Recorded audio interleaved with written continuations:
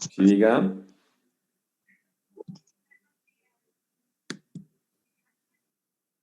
Sí.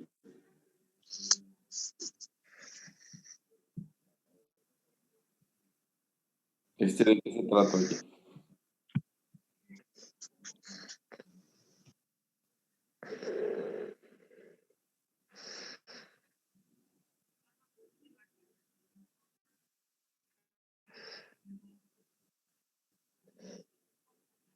No, no tiene diarrea ni ha tenido fiebre. Lo que pasa es que no estoy viendo pacientes COVID, entonces es un poco para rescatar. No ha tenido COVID recientemente. Perfecto. Permíteme un segundo, por favor.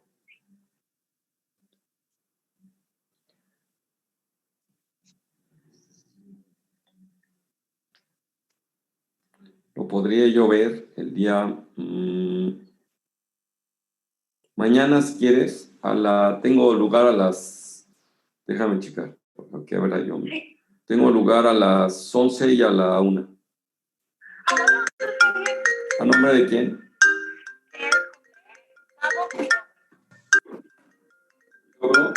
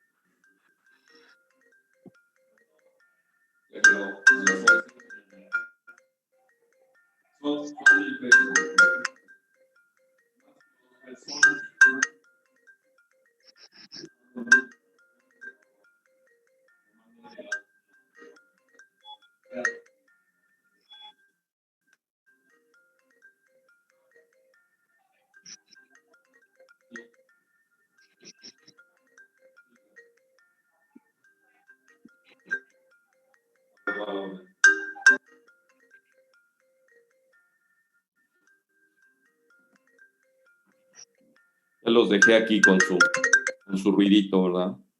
Ya los había mareado.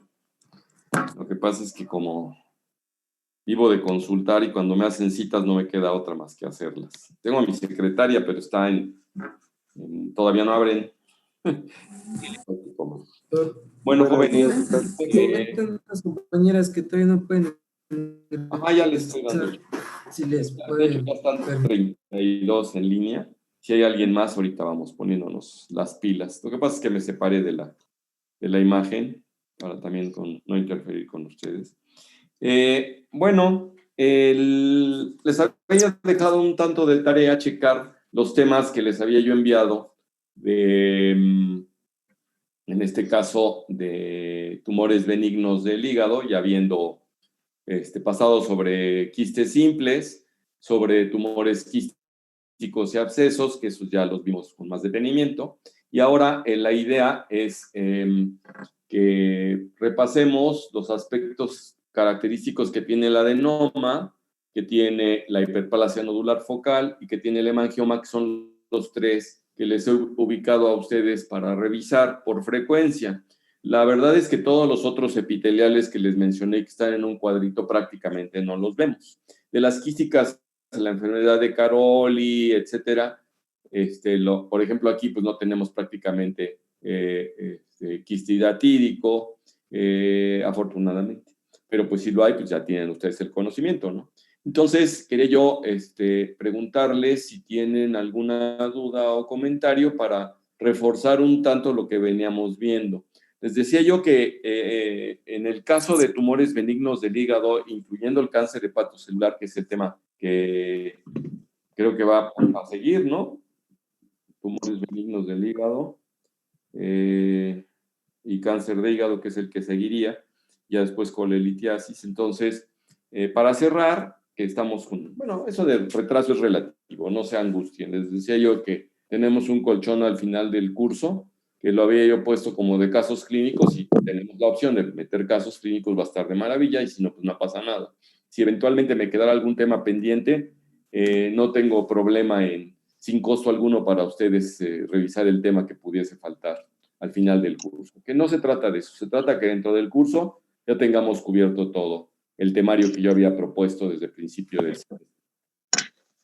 Entonces aquí, ya puntualizando lo que estoy comentando, había yo mencionado que el hemangioma, a pesar de ser una tumoración de vasitos, en realidad cuando hacen tumor, pues se vuelve macizo y la circulación es bastante lenta. Entonces les narraba yo cómo es que en una normalmente para tumores hepáticos, excepción hecha del puramente quístico, ese sí es muy característico porque a la ultrasonografía está totalmente negro, o sea, anecoico, y a la tomografía está totalmente con una densidad bajísima, pues prácticamente de agua. No es obviamente de aire, pero sí es de agua. Y pues hace el diagnóstico preciso de quiste simple del hígado. Los quistes complejos ya lo analizábamos. Y ya yéndonos ahora sí a los tumores sólidos del hígado, benignos y malignos, en este caso, de los malignos tenemos dos, básicamente los metastásicos, y del primario, otros dos, que son el carcinoma hepatocelular y el colangiocarcinoma, que son los dos más frecuentes. Entonces, el carcinoma hepatocelular es muy característico, aquí sí. El colangiocarcinoma no da tanta característica, digamos, radiológica, aunque sí la tiene. Pero sobre todo el cáncer hepatocelular es muy hipervascularizado, por lo tanto, en el Doppler está como tal, incluso en el interior y en la periferia, en ambos sitios, el Doppler se hace positivo. Y desde el punto de vista de la tomografía polifásica, tenemos una fase temprana de llenado anticipado a que se llene el hígado normal y de vaciado anticipado a que se vacíe el hígado normal. Doctor, todo lo contrario, sí. Tengo una duda respecto a estos métodos diagnósticos que usted comenta. Sí. Estamos valorando lo que es la vascularidad, ¿no? Con, por ejemplo, el Doppler. Sí. Para el flujo. Pero, ¿en qué momento cuando se valora una masa en el hígado, se tiene que pedir tanto ecografía Doppler como resonancia magnética y tomografía? O sea, mi duda es cuando Se fue tu sonido. tengo entendido que cajón y... Se fue tu ¿me escucha? sonido totalmente, que tienes la duda cuándo ahí se quedó el sonido. Ok. O sea, la ecografía Doppler es de cajón, pero cuando Lo que pasa es que es muy barato. Entonces tú tienes, acuérdate que los tumores de hígado habitualmente son incidentales, en donde se va buscando es el carcinoma hepatocelular en pacientes cirróticos de cualquier tipo o con hepatitis crónicas. Ahí sí se busca prospectivamente y se busca justamente haciéndole ultrasonido al paciente. Pero otros son incidentalomas. Entonces, en el incidentaloma, cuando es el ultrasonido el que lo detecta por algún otro motivo, porque ¿cómo vas a saber que tiene un tumor en el hígado del paciente? Si lo buscas por cuestión de hepatitis crónica y de cirrosis, porque ese es un factor de riesgo para cáncer hepatocelular, pues ahí está. Si es por check-up, ahí está. Pero a veces, cuando tú tienes masa palpable, pues está ya muy avanzado, pero aún así, de entrada, les hacemos el ultrasonido. Entonces, realmente sí se te presentan muchas veces cuando se está distendiendo la cápsula de Gleason, provoca dolor, y entonces tú prospectivamente vas a pedir el ultrasonido probablemente buscando colecistolitiasis, no exactamente buscando una tumoración en sí, aunque tiene uno que pensar en ello. Entonces, de entrada, pues estás alrededor de más o menos 1,000 pesos, por decir, de tener el diagnóstico, ¿no? Cuando digo más o menos, pues depende de dónde te los hagas. Hay sitios donde te los hacen en 200 pesos, 400, 600, 800, 850 y hasta 1,000. El ultrasonido realmente es muy accesible y muy barato. Entonces, si tienes Doppler, Doctor, la mayoría ya tiene Doppler. Entonces ahí pues, no ahora, hay problema. una vez que, por ejemplo, ya se identificó por Doppler el incidentaloma, pero una vez que yo lo identifico por Doppler, le mando a la persona una tomografía o una resonancia magnética con contraste para valorar, por ejemplo, esto de las fases que nos comentaba. Ahora que veamos cáncer de hígado, vas a hacer un poco más de criterio, pero sí hay que checar por dónde llegó al estudio, ¿no? Llegó por incidentaloma puro, llegó por sintomatología buscando colecistolitiasis, llegó por pesquisa directa para cáncer hepatocelular, por cirrosis o por hepatitis crónica, sea B o sea autoinmune o sea C. ¿Por dónde llegó, no? Entonces eso ya es de valor. Entonces, precisamente cuando tú tienes, por ejemplo, miren, desde mi punto de vista, la tomografía es la que da mucho más información. La resonancia magnética también tiene a lo mejor el único pero, la resonancia, tener a los pacientes encerrados un rato largo contra el otro y también un más pero de la tomografía porque está más relacionada la cuestión de alergia contra los yodados, aunque luego ponen otro tipo de yodados que no son los clásicos, que ya dan menos reacción alérgica, que llaman no ionizantes, y contra el gadolinio o contra el primovis. La ventaja, por ejemplo, gadolinio y primovis es para resonancia. Entonces, pues tienes que valorar en un momento dado si no tienes ninguna alergia. Otra de las cosas, cuando los pacientes tienen datos de falla renal, no se les puede poner contrastes yodados, entonces ahí tienes que ir a la resonancia magnética. Pero de preferencia debes tener el ultrasonido y tomografía o ultrasonido y resonancia. No es necesario tener los tres, eso sí. Y puedes checarte las fases tempranas y tardías de llenado y de vaciado en ambas, tanto en tomografía como en resonancia. Entonces, cualquiera de las dos puedes hacerla. Cuando utilizas Primovis tiene la ventaja de que el Primovis, acuérdate que no funciona, o sea, no lo captan las células neoplásicas, entonces se ve negro. Entonces, como que se hace muy específico. Pero, de todas maneras, también el llenado rápido y el vaciamiento rápido es bastante específico. No hay otra lesión que dé el vaciamiento rápido, llenado rápido y vaciamiento rápido. Ciertamente, en todos los casos existe siempre un factor de que no tenga el comportamiento clásico y son los falsos positivos y los falsos negativos que podríamos tener. Entonces, a los pacientes hay que pedirles sí, cuando tienes una lesión sólida, ultrasonido y tomografía o resonancia, cualquiera de las dos. Y entonces ya te van a dar los datos a los que yo he hecho mención. Sin embargo, yo me recargo un poquito más básicamente en ultrasonido, tomografía, no tanto en ultrasonido, resonancia. Pero también lo puedo hacer en forma casi indistinta porque el comportamiento, resonancia y ultrasonido y tomografía son muy parecidos. Y cuando me refiero a polifásica, aquí sí lo pediremos nosotros contrastado. ¿Cuándo no pedimos contrastado en resonancia? Cuando se trata de líquido. Entonces, si yo tengo un quiste simple, pues en la resonancia se va a ver blanco totalmente. Entonces se va a ver una bola blanca ahí, porque es un quiste líquido que está ahí contenido, pues también va a ser muy característico, ¿no? Entonces, pues a veces podría ya quedar a criterio de ustedes. Tengo algunos casos, por ejemplo, a donde he tenido pacientes que vienen de institución y me traen una tomografía de muy mala calidad, que la han hecho solamente simple o que no la han hecho polifásica, no solamente la han hecho simple y contrastada. Entonces no me funciona. Entonces, para no incurrir en lo mismo, les mando la resonancia. Es raro que me lleguen directamente con ultrasonido o resonancia y que la resonancia no me guste. Normalmente los que manejan resonadores acá en Puebla, tienen pues calidad en el resonador y hay calidad en las personas que lo interpretan. Los tomógrafos sí se popularizaron más y los tomógrafos de segunda mano los compraron en sitios a donde a veces no tienen ni radiólogo, solo técnico, y pues dejan mucho que desear, honestamente. Entonces, digamos esto, no sé si te continúe la duda. Adrián. Sí, doctor, gracias.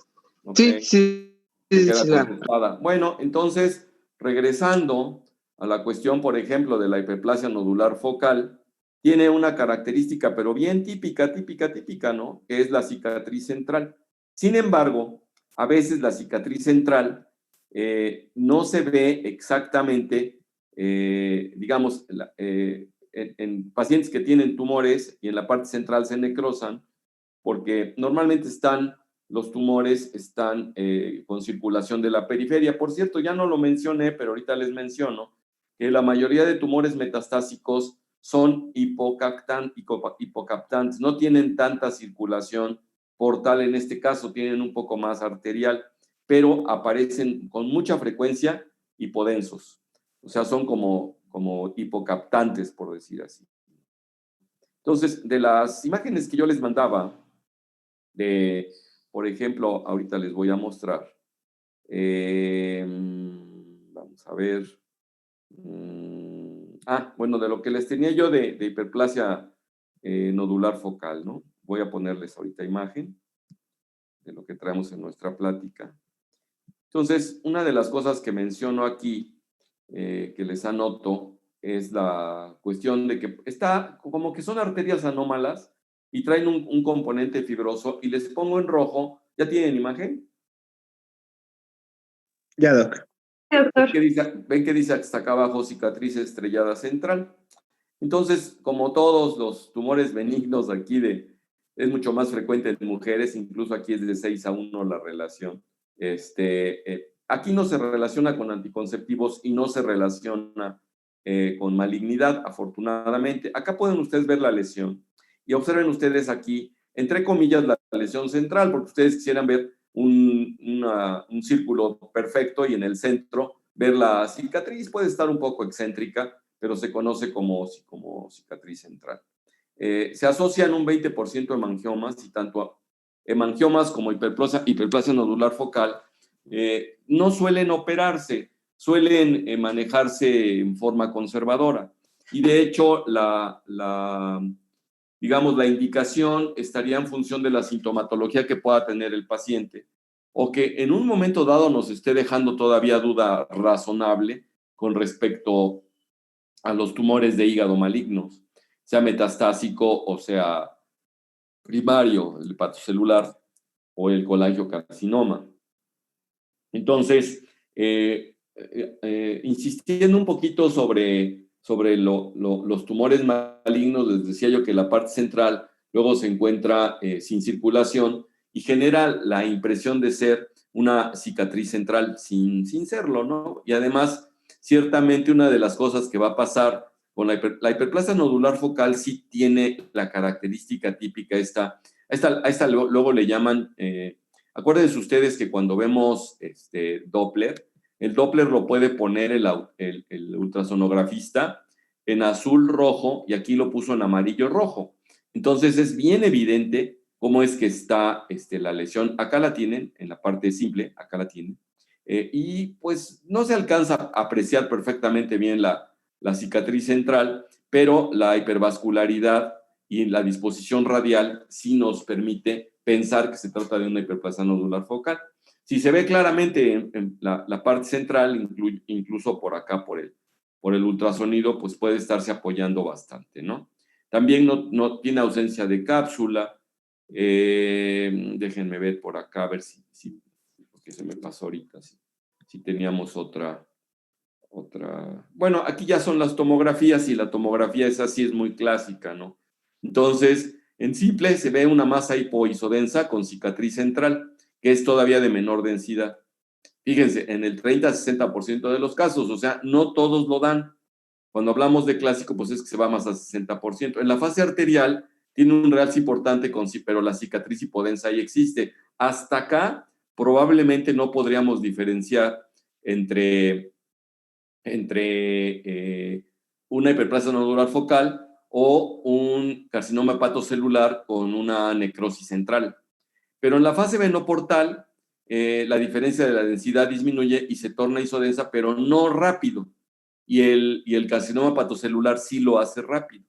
Y después en fase tardía queda isodensa, pero el cáncer hepatocelular ya se vació. Y además en cáncer hepatocelular tenemos el chance de que una buena cantidad de pacientes tienen marcador que es la alfa-fetoproteína, que claro, no todos la expresan, pero los que la expresan, si me sale positiva, pues ya no tengo pierde, ¿no? Tengo marcador más imagen, pues ya no tengo pierde. Eso ahorita lo vamos a ver. Entonces, miren ustedes, acá se observa ya con algo de contraste, porque empieza a contrastarse el hígado y el vaso, incluso las paredes del estómago ya se ven contrastadas, y entonces aquí se observa la lesión, no muy nítida y con una cicatriz central. Entonces, conforme van captando, si se fijan, aquí fue un poco más tardía la captación. ¿Por qué? Porque como que es primo, es un tanto prima hermana del hemangioma. ¿Se acuerdan ustedes que les decía yo que el hemangioma se vacía muy tardío? Nada más que ese se va llenando de la periferia al centro. Y aquí no es que se vaya llenando la periferia al centro, sino que queda la cicatriz central, que es lo que nos está señalando el autor, y tarda en vaciarse. Esto sí hace diferencia muy importante entre cáncer hepatocelular e hiperplasia nodular focal. Entonces, ya se vació el hígado de la sangre. Al vaso todavía se le quedó un poco. Los riñones están todavía llenos porque son los últimos que se van a llenar.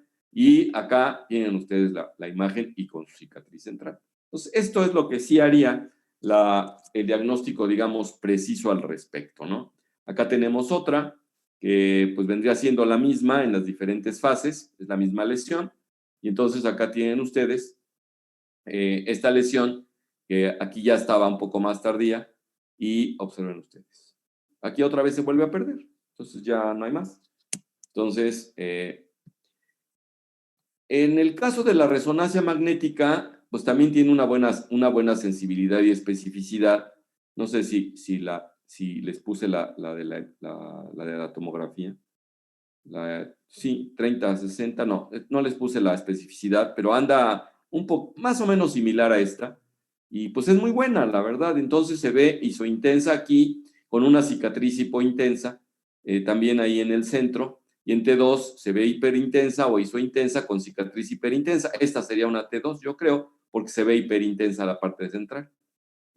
Y pues acá no tiene contraste porque está negra la aorta. Es una resonancia, entonces eso es lo que tenemos. El tratamiento en realidad es conservador, es observación, y se le va haciendo con ultrasonido.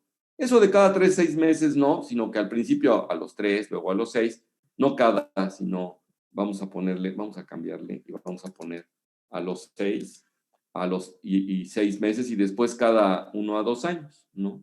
Entonces eso es lo que normalmente hacen. En relación al tratamiento quirúrgico, se va a reservar para los pacientes pues, que tienen dolor, ¿no? Básicamente, o que está creciendo en forma importante, o que de plano nos quedamos con la duda de que se tratara. Ahora, también si es muy central, pues cuidado, ¿no? Esto de efecto de masa es cuando crecen mucho, o que el paciente se pone ictérico porque era central y aplastó las vías biliares, pues eso es lo que hace que esto suceda. El que se rompan es raro. Por ejemplo, el adenoma, ese sí puede llegarse a romper en forma espontánea. Entonces, pues el paciente lo que tiene es ahí, cuando se les rompe en forma espontánea, pues lo que hacen es que pueden tener choque, ¿no? Por ruptura, por sangrado. El sangrado habitualmente no es tan espectacular, pero sí va haciendo esto. A veces la esteatosis por ciento focal se ve como una imagen hiperecoica, pero no tiene vascularidad ni nada, entonces por ahí no tendríamos ningún problema, ¿no? Bueno, el adenoma es uno de los que da un poquito más de dificultad para diagnosticarlo, que luego ese se comporta un poco parecido al tejido normal, pero la ventaja que tiene es que, bueno, una de las desventajas es que acuérdense que el adenoma puede malignizarse. Entonces, la posibilidad de malignización del adenoma hace que nosotros lo tratemos, que lo quitemos. Incluso acuérdense ustedes que existe en el adenoma hay algunas variantes. Aquí les ponía yo un artículo que revisábamos sobre los genotipos, y los genotipos, por ejemplo, que tienen que ver un poquito más para hacer cáncer hepatocelular. Acá tienen ustedes que el tipo 2, que tiene mutación de beta-catenina, es el con mayor tendencia a producir cáncer hepatocelular. Entonces, eso sí hay que quitarlo. Eso sí vale la pena biopsiarlos. Y de todas maneras, si les van a decir adenoma, pues hay que hacer la resección hasta donde sea posible. También si es muy central, eso de central es que está en la bifurcación de las ramas de la porta y de las ramas de biliares, entonces arriesga uno el hígado en todo caso, ¿no? Entonces, por la circulación, si están laterales o periféricos, no tienen ningún problema. Y luego eso sí no escogen, no es que tengan una tendencia mayor a hacerlo de alguna manera. Obviamente el tratamiento, pues suspéndale para adenomas los anticonceptivos a la persona que lo está tomando, y aquí sí es la resección quirúrgica. Esta se puede hacer cuando tenemos adenomas múltiples o uno muy grandote. A mí me tocó valorar una paciente que le hacía mucho efecto de masa, ya casi no podía comer, vomitaba, tenía obstrucción en varios sitios, ya estaba ocluyendo la cava, tenía varices en las piernas la pobre muchacha, tenía algo de ascitis, y no era un tumor maligno, era adenomatosis múltiple, pero sobre todo uno de los tumores, pues yo creo que medía como 30 centímetros, incluso la muchacha parecía embarazada. El hígado en total yo creo que le hacía un volumen, pero enorme, ¿no? Entonces esa mujer era candidata a trasplante. Eso fue esa mujer la vi yo hace como en el año 2003, ya hace como 17 años, no sé qué fue de su vida porque todavía la vi en el ISSSTE.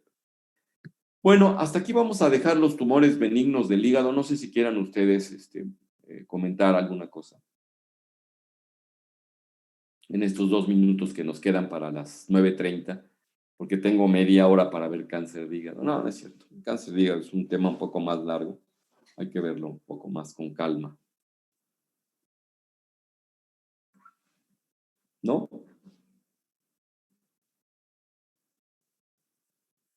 ¿Ya estamos tranquilos? Bueno, vamos a quitar entonces esto y nos vamos para el tema de cáncer hepatocelular. Insisto, cuando les digan a ustedes de los tumores malignos que aparecen en el hígado, ¿cuál es el más frecuente? Contestaremos el metastásico, de los tumores malignos que aparecen en el hígado, en un estudio, en lo que sea. Ahora, cambia la cosa cuando nosotros, déjenme permitir la entrada de una compañerita. Les decía yo que cambia la cosa cuando nosotros tenemos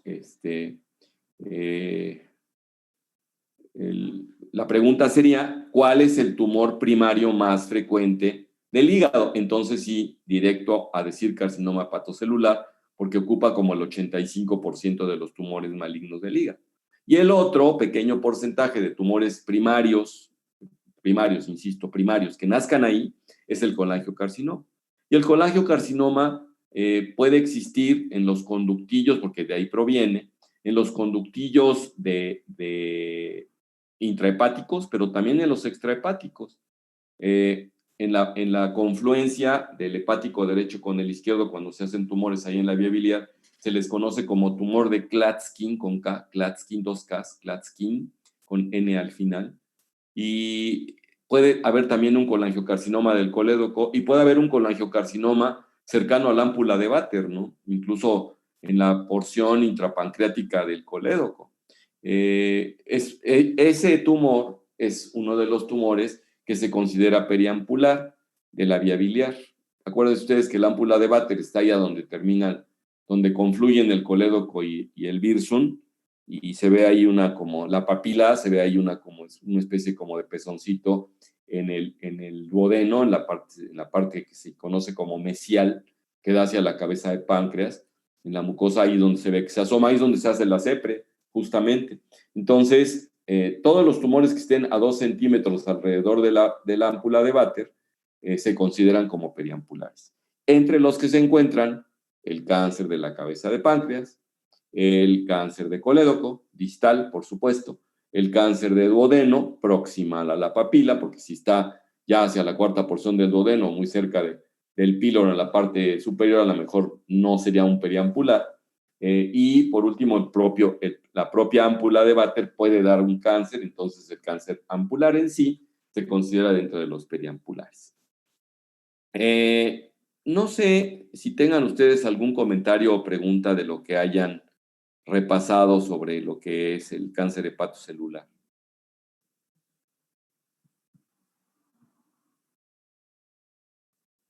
¿Tienen algún comentario? Por ejemplo, en nuestro caso, algo muy importante pues son los factores de riesgo, ¿no? Y de los factores de riesgo, por cierto, este tema son de los primeros que yo les dejé a sus compañeros. Lo he venido actualizando, le he venido pegando cosas, pero siempre le he querido dejar en el título que a sus compañeros eran de los primeros semestres que daba yo en la universidad, ahora que regresé a dar al pregrado, porque me pasé dando 15 años posgrado con los residentes, y ahora que regresé con ustedes al pregrado, hace como, voy para 6 años ya. Yo creo que en el segundo año que di clases, Carla Lorena, Israel, estaban en grupos diferentes, porque daba yo la misma materia en 2 grupos. Incluso cuando recién inicié, me pidieron que diera yo 3 semestres porque había habido un profesor por ahí que lo habían acusado de acoso, ya estaba por jubilarse, le dijeron mejor jubílate y que no, ya para que no tengas broncas. Y pues lo quitaron de forma abrupta y fue cuando me invitó el director que estaba, que por cierto había sido fue mi pasante en servicio cuando yo era R4 de cirugía en el campo. Llamábamos campo ir a rotar a hospitales en esa época se llamaban de solidaridad. Y lo que hacíamos era ir en el R4, ir a rotar. Ahora rotan medio año. En mi época rotábamos nada más 4 meses. Entonces ahí estaba de pasante el director anterior, no el que acaba de fallecer, sino el doctor Meneses. Y me invitó a la clase y me pidió que diera 3 grupos. Dije, yo la verdad es que no me pienso hacer por el momento profesional de la docencia. Y acepté los 3 grupos porque pues yo le había solicitado. Digo, y cuando tengas espacio, tengo ganas de dar clases porque ya me pasé como 8 años sin tener que ver con la docencia y es una como necesidad que tengo. Entonces ya me invitó a eso y sus compañeros estaban en grupos diferentes y los 2 dieron un trabajo que me pareció bastante bueno, pero sumándolos creo que quedaba mucho mejor. Entonces por eso es que ahí quedó el nombre de Carla Lorena. Ellos ya deben ser médicos, supongo, incluso a la de cuántos tienen en la residencia de alguna de las especialidades. Es un par de chicos brillantes. Bueno, entonces no se les olvide que uno de los principales factores de riesgo para cáncer hepatocelular es la cirrosis previa. Hay otros que ahorita los vamos a ver. Y la incidencia pues anda de 5.6 a 7 por 100,000 habitantes y la mortalidad de 3.8 a 6.3 por 100,000 habitantes. Entonces, esto fue del Globocan de hace ya muchos años, pero pues no ha cambiado tanto, la verdad, con toda honestidad. Si ustedes hacen sus cuentas y lo dejáramos en promedio 6 por 100,000, serían 60 por 1,000,000 y serían 600 por 100 millones. Entonces tendríamos alrededor de 650, 700 casos al año de cáncer hepatocelular en México, o sea, no es despreciable, ¿no? Entonces, sí existen, ¿no? Que es una de las cosas que pues ahí están. Y en cuanto a la causa, la hepatitis B es más socorrida para cáncer hepatocelular solita. O sea, ya les he dicho que una de las principales causas digamos, predisponentes para para cáncer hepatocelular es cualquier tipo de cirrosis. Llámese por virus B, llámese por virus C, llámese por autoinmune, llámese alcohólica, etcétera, hasta ya ahora incluso por hígado graso, ¿no? Por MAFLD, por MAFLD. Entonces, de las virales, ahí sí es una cosa interesante, porque ciertamente podemos ver cáncer hepatocelular sin cirrosis y sin enfermedad viral, ¿eh? Eso sí se los tengo que decir, y está asociado a herencia. Entonces, otra de las causas es herencia. Y tenemos una de las causas de cáncer hepatocelular que no se asocia a cirrosis, es en pacientes que tienen hepatitis crónica por virus B y que no han hecho cirrosis, tienen más predisposición por hacer cáncer hepatocelular. O sea, el virus de la hepatitis B induce en el hígado la posibilidad de la neoplasia en este caso.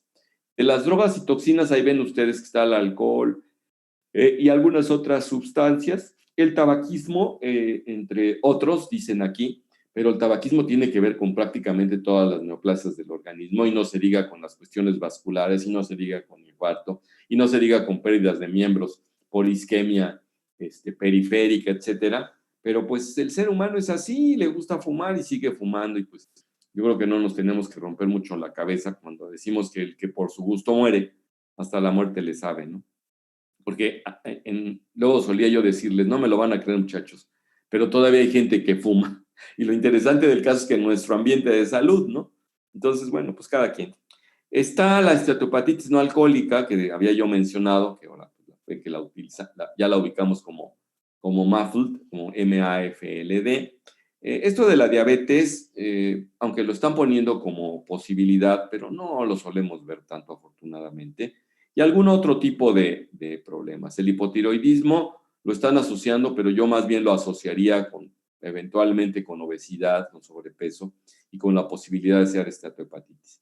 Y la etiológica autoinmune, que dice acá, pues ahí tienen ustedes, la cirrosis biliar primaria, prácticamente todas las cirrosis, pues ahí las tienen ustedes. Aquí, yo se la agregué hace no mucho tiempo por lo que habíamos visto del hígado graso, que puede terminar también claro, aquí estaba mencionada la anterior, pero para ver la posibilidad porcentual que podríamos tener nosotros de hacer cáncer hepatocelular, ¿no?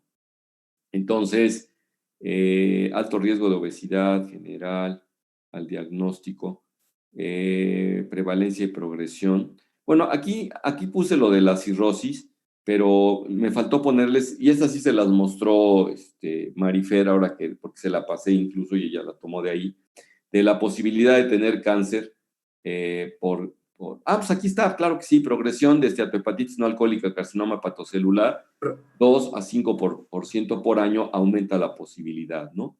Entonces ahí tenemos. Doctor, Ahora, ¿puede compartir sus diapos, por favor? Claro. O sea, proyectarlas. Gracias. Va. Porque eso de compartir, pues ya las compartí, ¿verdad? Ajá, porque les había yo mencionado ahorita. Bueno, acá está la diapositiva donde les mostraba yo. ¿Ya tienen la diapo? Ya, doctor. Ok, esto es lo que les decía yo de la cirrosis 2,5 por año. Y esta la había utilizado ella. Bueno. Dentro del cuadro clínico que tenemos habitualmente, pues algo muy importante es saber que el paciente tiene cirrosis. Y de la cirrosis ustedes ya saben bastante. Lo que tengan de cuadro clínico de la cirrosis, que puede ir desde no tener nada, pero saber que está ya cirrótico. ¿Por qué? Porque eventualmente tuvieron un laboratorio con hepatitis crónica y se les ocurrió hacerles a ustedes una elastografía y les salió con F4 y el paciente no se queja de nada.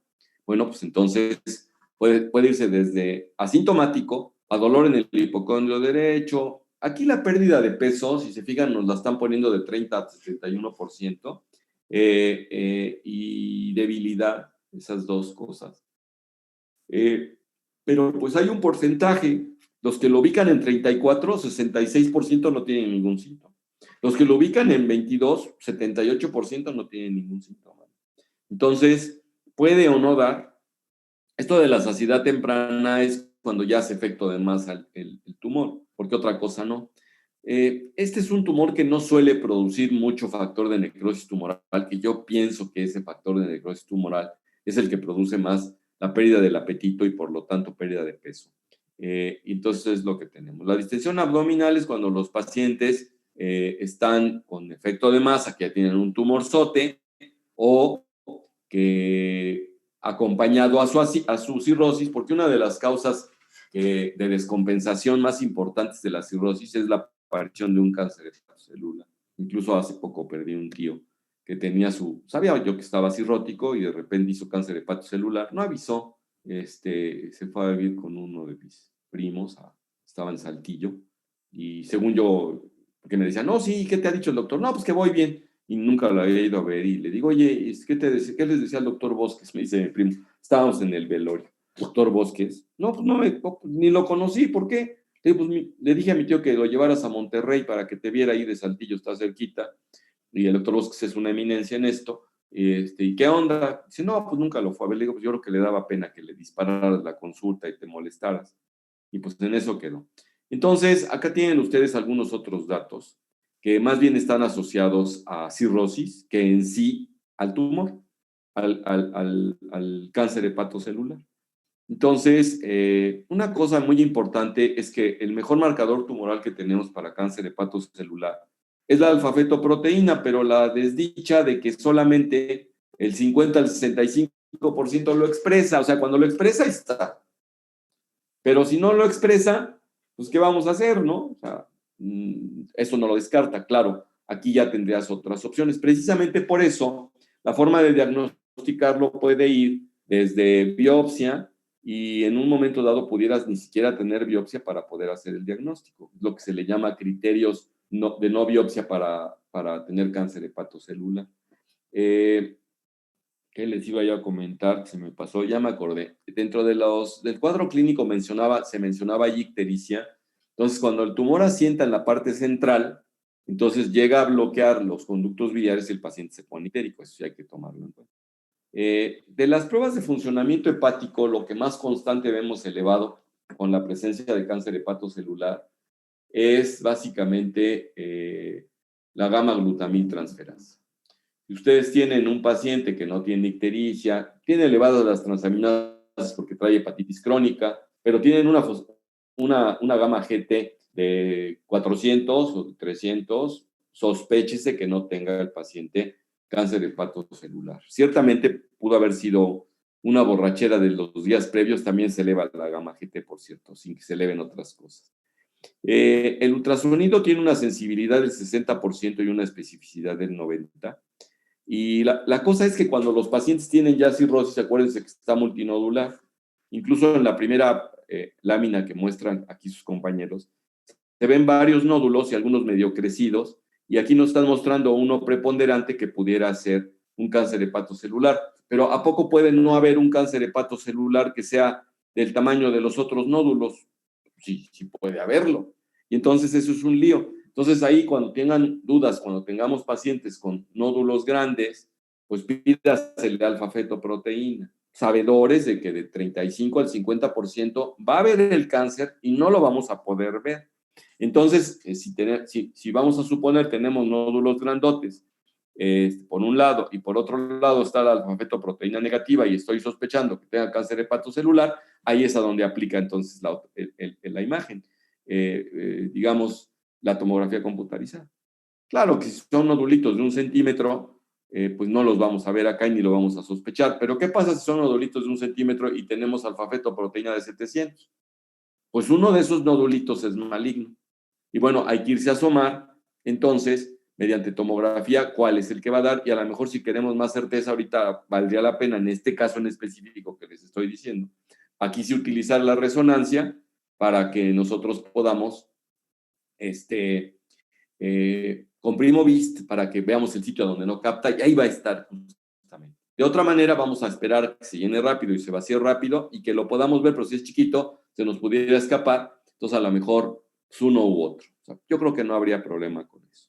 Entonces, ya no me voy a quedar mucho tiempo mencionándoles lo de las características radiológicas, porque ya ustedes la conocen. Y ahora sí, ¿cómo lo vamos nosotros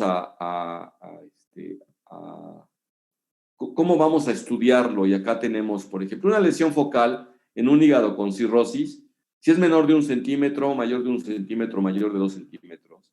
Y si tenemos, por ejemplo, la alfa-fetoproteína por arriba de 200, o sea, por ecografía, más de 2 centímetros la lesión hipervascularizada, Doppler positiva y con alfa-fetoproteína de 200, estamos hablando de carcinoma hepatocelular. En el caso de mayor de 1 centímetro, dicen las pruebas dinámicas, pues obviamente serían la tomografía polifásica. Si la tomografía polifásica no da datos típicos de cáncer hepatocelular, se pueden repetir o pues hacer una biopsia, ¿no? En el caso de los menores, pues se tiene que ir buscando la histología. Aquí acuérdense ustedes que hay que estar haciendo ecografía frecuentemente. Si está estable el nódulo, pues entonces ecografía semestral. Si aumenta de tamaño, entonces hacer histología, o sea, hacer una biopsia. Entonces, las formas de llegar al diagnóstico preciso son mediante biopsia, no hay pierde. Y estos dos, a donde tenemos alfa-fetoproteína elevada, o cambios típicos ultrasonográficos en paciente cirrótico también. Entonces, esas son las tres formas de hacer diagnóstico. Y si se fijan, hay dos que no están relacionadas con biopsia. Una sí está relacionada con biopsia. Ok, entonces el cáncer hepatocelular, masa de realce inicial, acá ya tenemos la aorta llena, el vaso se empieza a llenar y el hígado todavía no se llena y acá está la lesión ya llena. Ciertamente aquí se supone que ya se está vaciando, pero ya desapareció la lesión, ¿no? Y aquí, por ejemplo, es de lavado rápido en una fase tardía, por ejemplo, también ya tenemos más hígado blanco y lesión negra, por decir así. Aquí voy a ponerles esta otra, a donde ustedes pueden observar que no hay que confundir la cava que está aquí con la lesión. Esta lesión está cercana a la cava. Entonces, otra vez, apenas empieza a llenar el vaso, ya se llenaron las paredes del estómago, por cierto, se ve aquí la esplénica muy bonita, y resulta que el hígado todavía no se llena, no se pone blanco y la lesión ya se puso blanca. Acá de este lado, el hígado por fin ya se puso blanco y la lesión se empieza a poner negra, ¿ya lo vieron? Aquí sí es importante que veamos eso. Entonces, ahí tienen ustedes. Y bueno. Okay. La resonancia magnética, ya les decía yo que el Primovis lo que hace es que no se ve. El gadolinio sí hiperintensifica, es hipervascular, pero el Primovis aparece como negativo. Entonces, aparece en negro, aparece sin captación, chispas. Aparece sin captación. Eso en corto, una vez estando con el doctor Kimura, que es un experto en cirugía, en radiología intervencionista, platicando con él me decía, lo que pasa es que la diferencia es esa, y entonces acá quise traerles uno con Primovist. Bueno, no, este no es con Primovist, simplemente es la misma, que nada más que es una resonancia. Aquí nos muestran T2, no se observa nada. T1 en fase, se observa aquí la lesión, pero puede todavía confundirse con otros sitios. T1 fuera de fase, pues se ve mejor en fase que fuera de fase. Esto que le llaman DW1, ya ahí se empieza a ver claro. Entonces, acá se ve claramente, hace contraste otra vez en T1 simple, y en la fase arterial se llena en friega, y aquí pues todavía el hígado está oscuro, y aquí ya está negro el hígado y ya se vació. Esta es una muy característica de cáncer hepatocelular, resonancia. Ahora sí yo creo, Gasga, que la duda que traías se queda ya perfectamente bien plasmada en lo que se refiere a cáncer hepatocelular y qué estudios les vamos a hacer, ¿no? Entonces, estas son pruebas dinámicas, tanto esta como las tomografías que les he mostrado. Insistiendo un poco en lo que habíamos comentado, los criterios diagnósticos para cáncer hepatocelular son el cito histológico, que es obligado en una lesión que es menor de 2 centímetros y la alfa-fetoproteína está por debajo de 400. Ellos ponen un corte de 400 contra estos autores que ponen un corte de 200. Entonces, ¿por qué lo ponen de 400? Pues para que no tengan pierde, la verdad. Ahora, los criterios no invasivos son aplicables cuando se trata de pacientes cirróticos, porque los que no son cirróticos pues no tienen tanto pleito.